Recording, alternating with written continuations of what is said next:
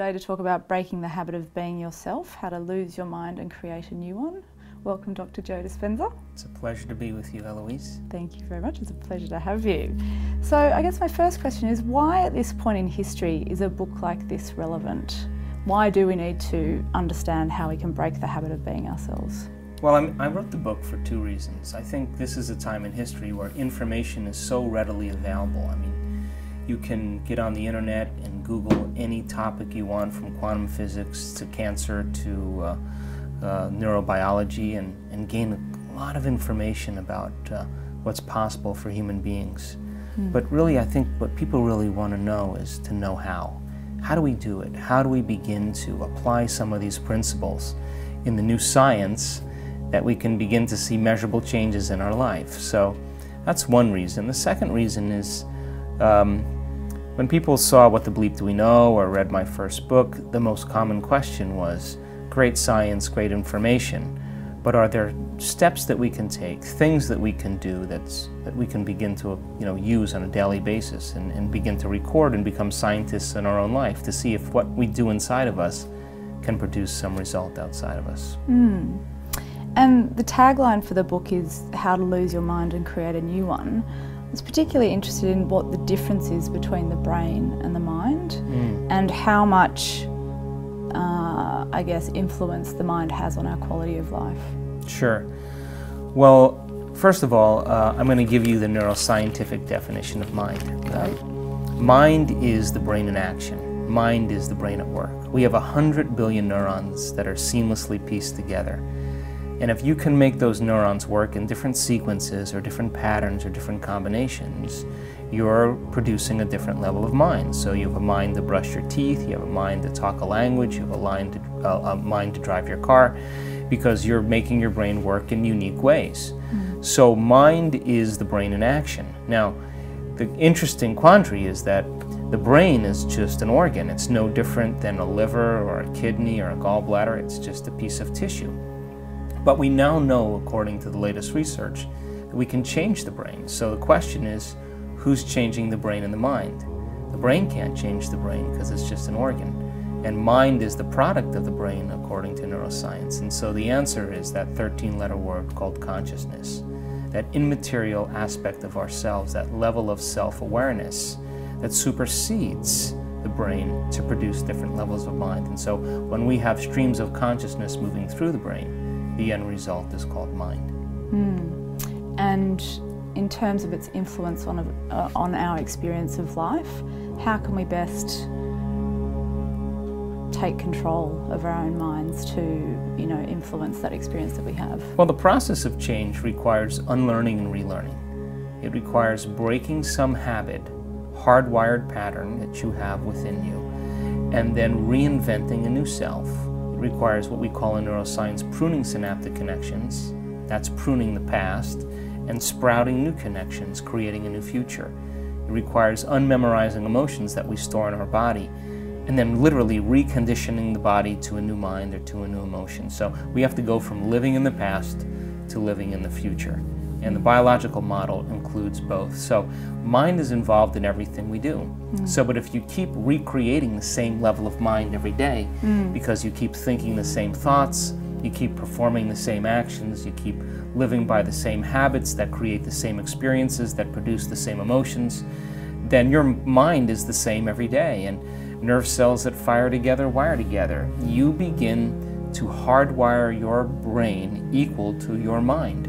And so then to change the mind then is to make the brain work in unique ways. So our personality, has a direct correlation with our mind. And our personality is made up of how we think, how we act, and how we feel. So if you keep thinking the same thoughts, living by the same actions, remembering the same emotions, then in time you're observing your life from the same level of mind. And so then to begin to fire the brain in new ways, learn new information, make new choices, have new behaviors that create new experiences that produce new emotions, now you've installed a new mind that's equal to a new life. Wow, it's powerful stuff. How does the quantum model, you talked about the biological model, how does the quantum model explain what and who we are as individuals? I mean, who are we? Well, let's say this. quantum physics tells us that the environment is an extension of the mind. That back when Descartes and Newton were really discovering these concepts of the nature of reality, they said mind and matter are to never be combined in any way. They're mutually exclusive. When quantum physics came along and they started studying the movements of subatomic particles, every single time they were observing where the electron would appear, it appeared exactly where the observer was looking. So as they measured those particular subatomic particles, the subjective mind had an effect on the objective world, which means you and I now implicitly somehow are commingled with matter. Mind and matter are actually one. So then the big question is, if we can cause small subatomic changes, is it possible that we can create larger effects in our life? And it would require then learning new information and then applying that information to become a scientist in your life to see if it works. So you talk about, obviously we have this inherent power within us to affect the way the world around us looks and how we experience that. What about in reverse? How much impact does our environment actually have on us? Well, the brain is organized to reflect everything you know in your life. Your brain is a record of your environment. So it begs the question, does the environment control your thinking, or does your thinking control the environment? So if you wake up every morning and you do the same things and you go to the same places and you see the same people and you react in the same way and you perform the same behaviors, it really is the external environment that's turning on different circuits in your brain, causing you to think equal to everything that you know. And as long as you keep thinking equal to everything you know that's familiar and the same, according to the quantum model, you keep creating more of the same. To change, then, is to think greater than our environment, to think greater than the conditions in our world. And is there something, you know, when we talk about the environment, we have friends, we have media, we have aesthetics, you know, of the home we live in, we have certain amounts of nature or not. Is there an order of what's the most significant in terms of what actually affects our experience, or is it just a conglomerate of everything? Well, it's a great question. I mean, when we have experiences, right? When we're in the midst of an experience, everything we're seeing and smelling and tasting and feeling and hearing, all of our five senses plug us into the environment. And as we see different people or interact in relationships or go to different places and do different things or recognize different things at different times and at different places, really the end product of an experience is called an emotion or a feeling. So feelings and emotions then cause us to remember experiences better.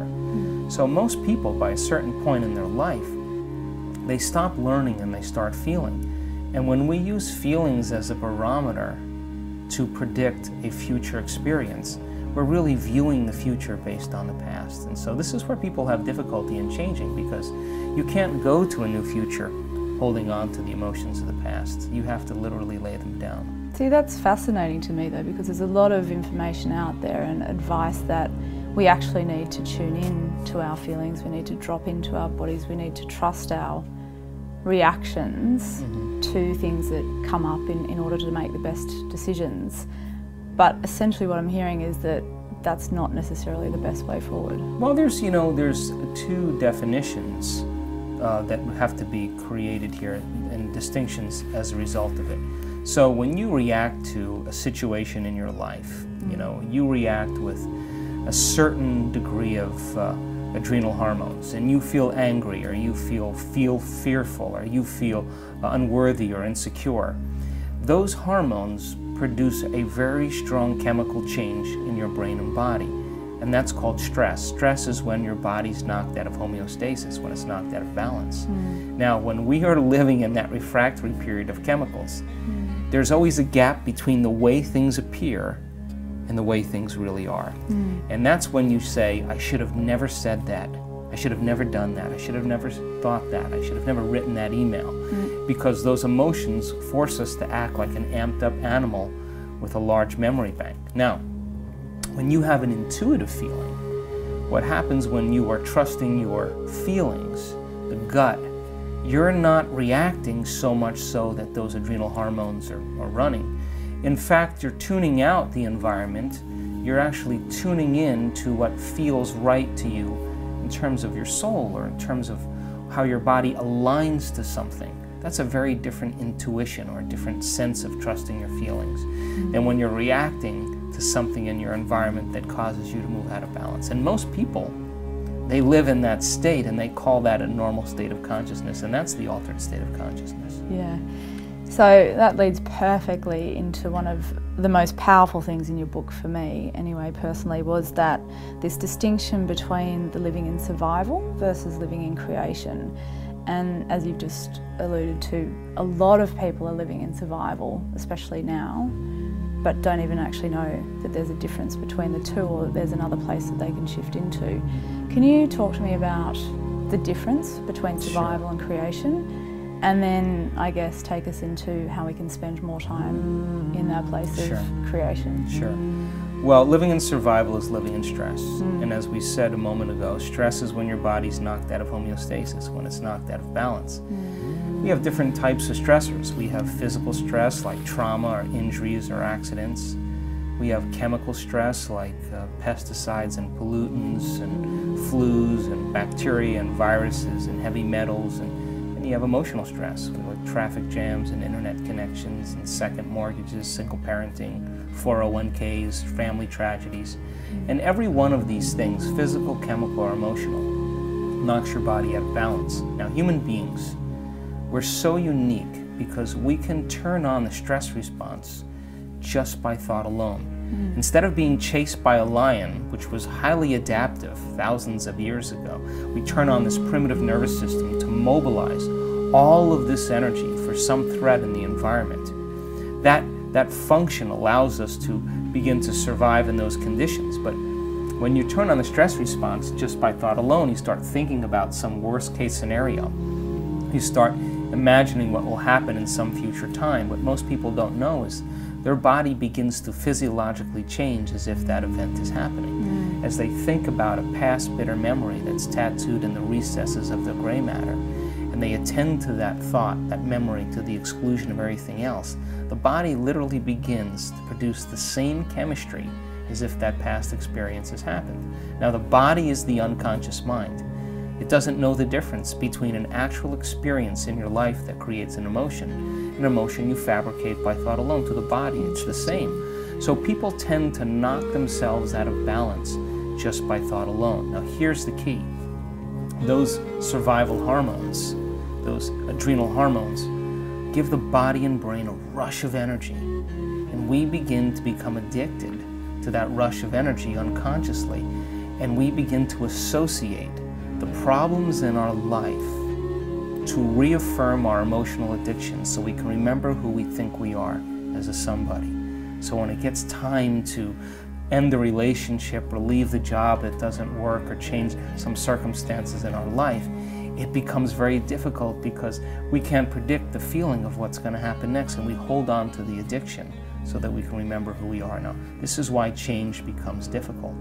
And when we live in those survival states, without a doubt, we become over-focused on the self. We become selfish because the emotions of anger and aggression and hatred and judgment and fear and anxiety, pain, suffering, hopelessness, powerlessness, those emotions that we call normal emotions are derivatives of those hormones of stress. And when we live by those states, we typically become very self-indulgent, very self-centered, very self-serving. The equivalent of having to flee from a lion, right? So you don't really care about much else except for you want to get there. You want to take care of your body. You want to get the F out of there. That's right. You want to make sure that you're number one. And so when we begin to turn on the stress response just by thought alone, then it's all about the self. Now, who we really are isn't a body living in this environment, an identity in the environment, identifying with the people we know and the things we do, and living in linear time. That's not who we are. We're not materialists. We are actually pure consciousness, living in a body or using a body to express ourselves. So, if you think about it then most people would spend the majority of their life using their senses to determine reality. They're materialists, and And when we live in that state, really the hindbrain, the primitive brain, is actually in control. We're reacting to everything in our life. Now, the creative state is the antithesis. When you're in a true state of creation, this amazing thing happens. You forget about yourself. You become selfless. You become nobody.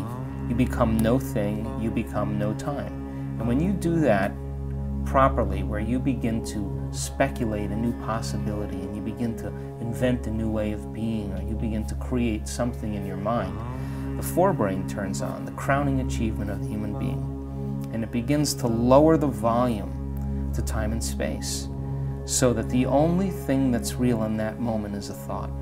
And when that happens, the brain captures the thought as the experience, then upscales the hardware to install the neurological circuits and change the brain ahead of the actual event. And in that moment where we move from survival to creation, and we forget about our normal self, the hormonal centers turn off and the energy moves right up into the heart, and you begin to fall in love with the moment. You begin to get in the present, and you begin to forget about the future and the past, and you're in that present moment. That's what I call the natural state of being. Which is where we all want to be, of course. You talk about pure consciousness. You talk about getting into the present. Is this some kind of, is it a godlike experience? Is it akin to God? Does God exist? Well, it's kind of interesting, because in order for us to have some type of change in our bodies, change something in our environment, or move into a new line of time, we have to forget about our present body, our present environment, and our little, concept of time.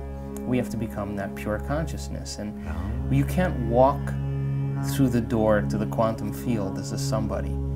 You have to walk through the door as a nobody. Now, consciousness is awareness, and awareness is noticing and paying attention.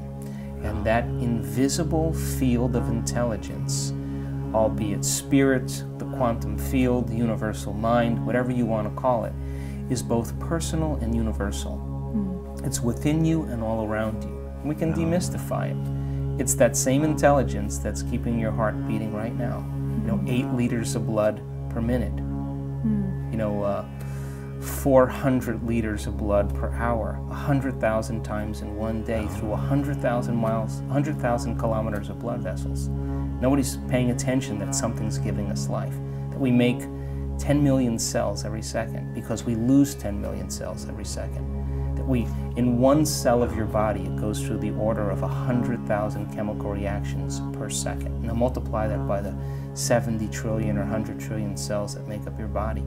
There's an intelligence that's giving us life, and most people never take the time to begin to interact with that consciousness, begin to give it a plan or a template, or begin to have it show cause in their life, because they're too distracted by all the emotional conditions in their environment that reaffirm those addictions that keep them distracted from that inner journey. So I just wanted to go back to something you were saying about when we move out of the past and the future, and we come into the present, our hormone systems switch off, we come into our heart, we experience a different state of being that becomes pure thought. Can you talk to me a little bit about positive thinking and the role of positive thinking? A lot of people have this idea, possibly a misconception, that all they need to do is start jamming positive thoughts and positive phrases into their consciousness, and then eventually the reality will manifest in their real waking life. So can you tell me about your perspective on positive thinking and how it fits into the model of healing? I can assure you that the neuroscientific model that we use in terms of describing how change is possible has nothing to do with positive thinking. Because most people who are thinking positively have been feeling negatively. Now, thoughts are the language of the brain, and feelings are the language of the body.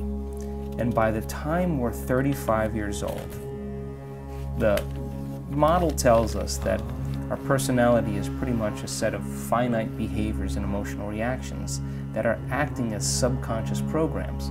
So now the person's going to think positively with the 5% of their conscious mind, but they've been feeling negatively subconsciously for the last 30 years. That's mind and body in opposition.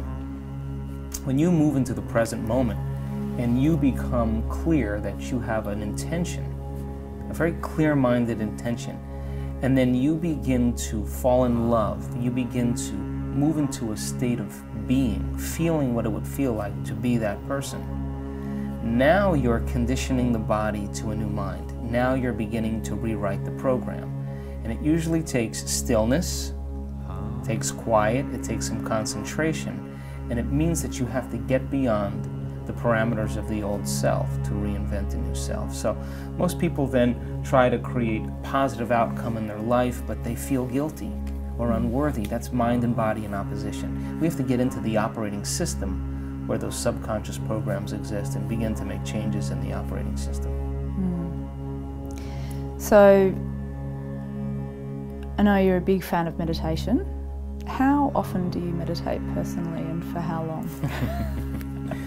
Well, I've been doing this for many, many years, and it's not something that I think that I have to do. It's something that I love to do because I've seen the results in my life and within me. So I like to wake up very early in the morning before the sun rises, normally when I'm not on the road, about 4:30 in the morning. And the brain chemistry is just right at that time. And I allow for 2 hours every morning for myself.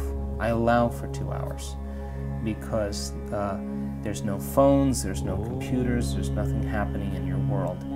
And if you can begin to create from that place in that virgin time of the day before you get up and interact and communicate and do the things you always do, if you woke up in the morning and you began to ask yourself some really important questions like, what is the greatest ideal of myself that I can be today?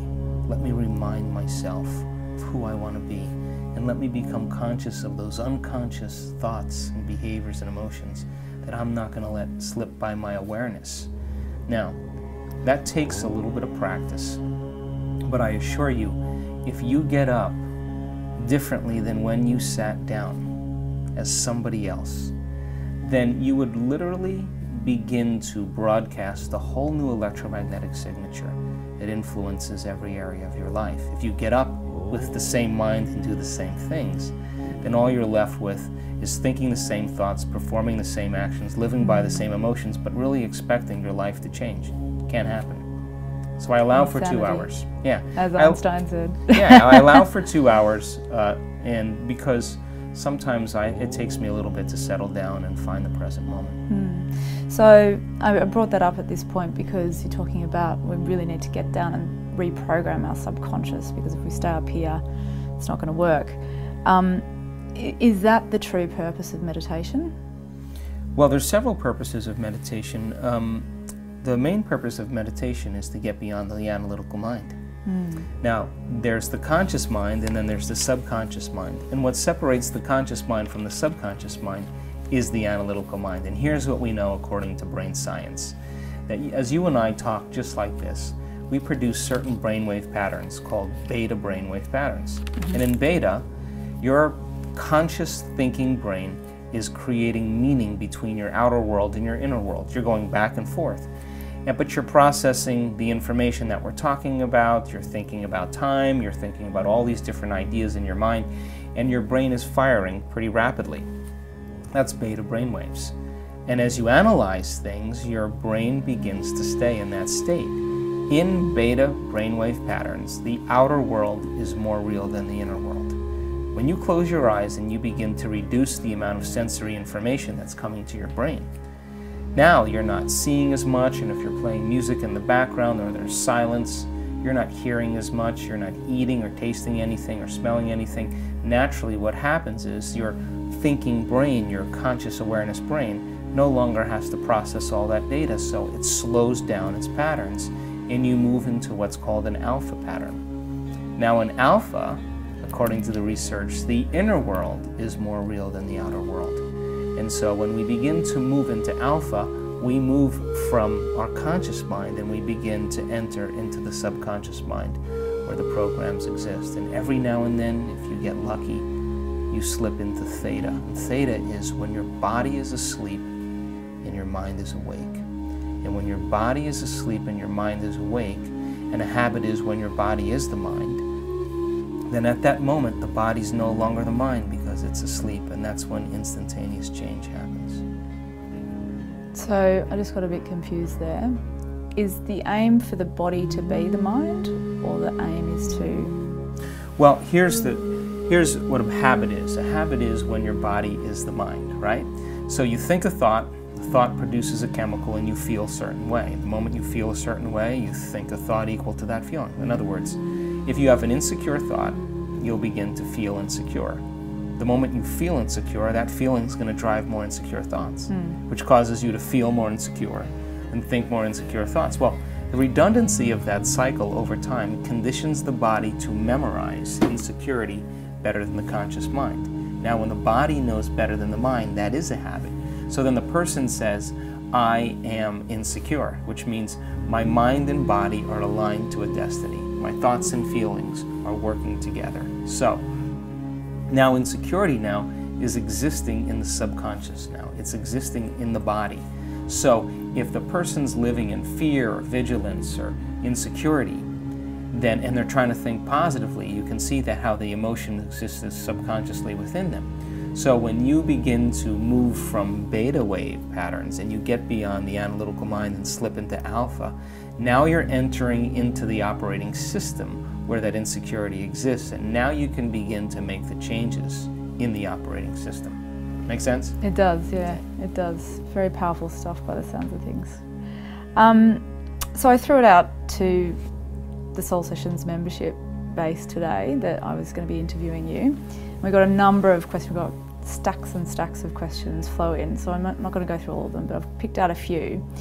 One of them, Malcolm McLeod from Coolangatta up in Queensland, he's asked or mentioned what the bleep said. One of your most famous quotes is, I get up and I create my day, that comes out of that movie.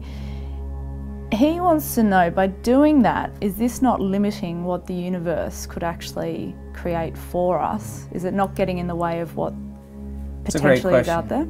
If you think about what I said in What the Bleep, what I said as the product of my creation is I said, when I take time to emulate the Creator as the observer of my destiny, and if by chance I made contact with you today and emulated you, then show me a sign that you've been paying attention to my efforts, but bring it in a way that I least expect. Now, why would it come in a way that I least expect? Because if I can expect it, it's nothing new. That it surprises me, that it leaves no doubt that what I did inside of me produced some result outside of me, so that I'm inspired to do it again. So there's a delicate balance between intention and surrender. Intention is getting clear on what we want and moving into a state of being. And then surrender is leaving the details up to a greater mind. So I know at certain moments that something's going to happen. But when it's going to happen and how it's going to happen is not my job. It's the details of my interaction with that greater intelligence. And as a matter of fact, there's research that's been done on the physiology of tickling. You know, you cannot be tickled if you know where you're going to be tickled and when. There has to be an element of surprise. Yeah. So the universe wants to tickle us. So leave the details up to a greater mind and let the formalities be handled by it, the hows and the whens. I love that analogy. My son is constantly trying to tickle me, and it just doesn't work anymore because I know all of his tricks. So exactly right. Okay, Belinda Donald from Melbourne. She's interested in how is technology and social media changing our brains and the way we think, and specifically in relation to the younger generation that have not had another way of living or consuming media. I wrote an article for a magazine in the United States a little ways back, and it was called Kidnapped by Technology. And we know that when children play computer games, that when they blow up a fort, or they shoot somebody, or they punch someone, or they overcome some level, that there is a release of dopamine in the brain. Now, dopamine is the pleasure chemical. And when they release this chemical after they've overcome some obstacle, the repetition of releasing that dopamine over time, that thrust of chemicals, causes the receptor sites on the outside of the cells to become desensitized in the brain, which means that the pleasure centers in the brain start to be recalibrated to a higher level. So they need to play more to get the same high that they got from the last game. Now that sounds like an addiction to me, because as the pleasure centers keep going higher and higher, it takes more of something to turn them on. Now here's the point. In the absence of playing that game, they can't experience pleasure from anything, because they've just overcome a nation or just shot down a whole army. And you say to your son, why don't you go see your grandfather? Hey, why don't you take the dog for a walk, or let's go watch the sunset? And they're going to say, boring, because their pleasure centers now are at such a high level that they can't find pleasure in anything. Now, learning should be a reward in and of itself. That's what the brain loves to do. It loves to forge new connections, and there's an energetic release when that happens. So a child plays video games before he goes to school all morning. He gets to school and he can't turn his brain on because nothing's stimulating him anymore to the degree that his games did. So the only thing that he can do to turn his brain on is to get in trouble, to act out. Because when he gets in trouble or he acts out, he produces a whole bunch of adrenaline. That all that epinephrine begins to be secreted into the body, and for a moment he has a heightened level of awareness. Wow. But we know now that adrenaline turns on the hindbrain instead of the forebrain, and the frontal lobe begins to shut down, and we start to have some serious attention problems. Now fast forward 25 years down the road, when that child now is an adult and he has to face some very difficult situations in his life emotionally. Most of the time, if you're used to getting some type of pleasure outside of you, regulating your emotions from something outside of you, when you get in those difficult situations, you're going to look for something else to make those feelings go away. And that's when drugs and alcohol and all the addictions begin to take place, because the moment you take a drug, or you gamble, or you shop too much or whatever, you notice a change in your internal chemistry. You feel better. And the moment you pay attention to that change in your internal chemistry and you look to see what caused it, you begin to create an association, and that begins the process. So, addiction. Called an addiction. Yeah. So I think that technology has its advantages in terms of a global society. I think it's created a certain amount of things to be easier for us in our life. It also has created chronic distractibility, that people can't be present anymore because they're always grabbing their phones or getting on the computer. They can't sit and be in the present moment. So I think it's a time really where we have to create some distinctions and balance that technology with nature and spending time out in the glory of the beauty of nature. It's interesting, I've been a journalist for many years, and I remember the time when in newspapers they actually made a conscious decision that people couldn't read long feature articles anymore, and that information had to be delivered in much shorter chunks so that people wouldn't become bored and throw the paper away. And you know, I guess it begs, I mean, Belinda's question begs the question, is the fact that we're on social media all the time and we're reading a sentence here and looking at a picture there and then having a quick conversation and then, you know... Multitasking, which women are fabulous at apparently. And the female brain's wired for that. Yeah. So, but is that actually making us stupid? Well, anything you do over and over again creates a habit, right? So if your attention span is only for 15 seconds or 10 seconds before you change to the next thing, if you practice that every day, you will hardwire that skill or habit into your brain. And so now you have to pay attention and you really have to learn something. And the thought will come up, I just don't have enough time for this. And you'll go keep doing the things that you think are so important. And that's the moment where you stop learning and you start feeling. And now you're living in the past. Interesting. So we've got another question. It's from Cameron Craig from Sydney. He talks about your book proposes that one can heal themselves of a serious spinal injury with positive thoughts and images. How many people, have you heard many stories of people who have followed your path and had the same amount of success? I didn't heal myself with positive thinking, I can tell you that. I believe that the power that made the body heals the body.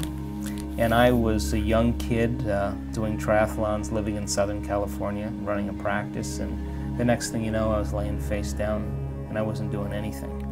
And I wasn't going anywhere, and I wasn't seeing anybody, and I wasn't living my life socially. I was pretty much stopped. And so I figured, well, I have nothing else to do. If this intelligence exists, then I'm going to make contact with it. And I don't care how long it takes. If it's real, I want to know it's real. So I began to apply some principles, and I said, consciousness is awareness, and awareness is noticing and paying attention. So if this thing's a consciousness, it should be noticing what I'm doing. So I began my inward journey to see if I could make changes within me. Now, after I was able to get on my feet again and walk without the surgery, I studied spontaneous remissions to see if it was possible in other people, and there's people that heal themselves of all kinds of conditions that I studied. And so that led me to the next step. Well, now I know what the common things are that created spontaneous remissions in people. There are 4 common things that I found. Can we reproduce it? You know, can we then teach people how to do it? And I'm happy to say that we have seen amazing results by using the principles that we use in the workshops. Now we have one man that is wheelchair bound, and he was paralyzed from the nose down, and he has done a lot of the principles, what I call mental rehearsal, rewiring his brain and then reconditioning his body to a new mind. And over the course of 3 years, he's been able to go from moving nothing but his eyes to eating food now on his own, using his arms and hands, controlling his bladder and his bowels.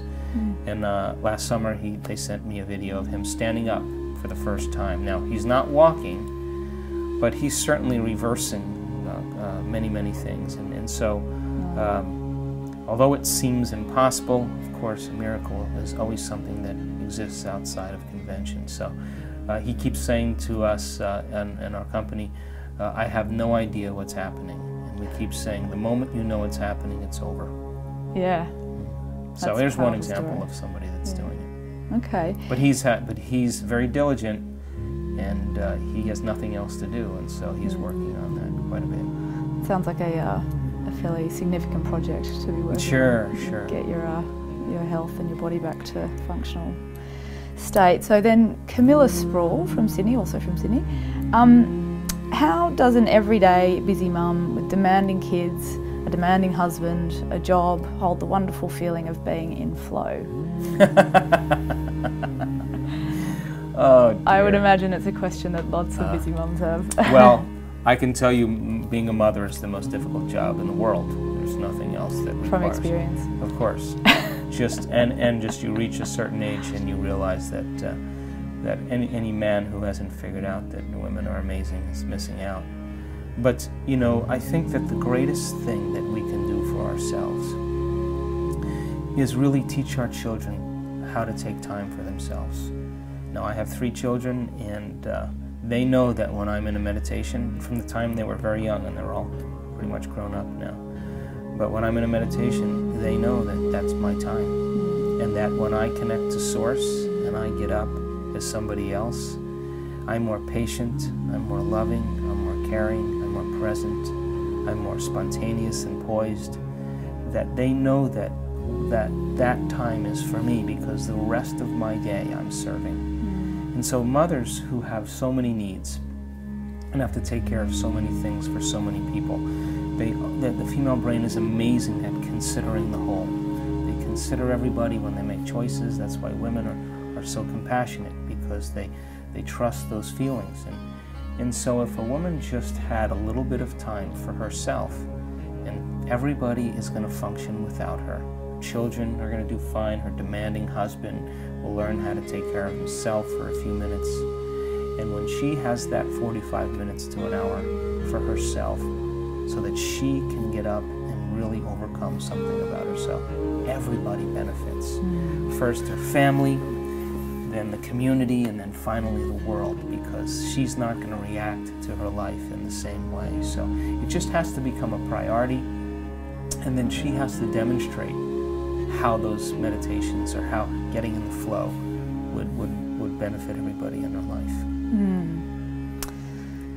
So the last question is from Aranka Nolan. How do we awaken those around us to a better way of being? I always tell my advancing students, you know when you're changing is when you stop talking about it. Because when you are truly changing, you can't go to church and shake hands and say peace be with you and then get in your car and cut everybody off on the way out of the parking lot. You can't say I don't like the war in Iraq and be arguing with your next door neighbor or your coworker. You have to be the living example of everything you want to see in the world in terms of change. If you don't like greed, start giving.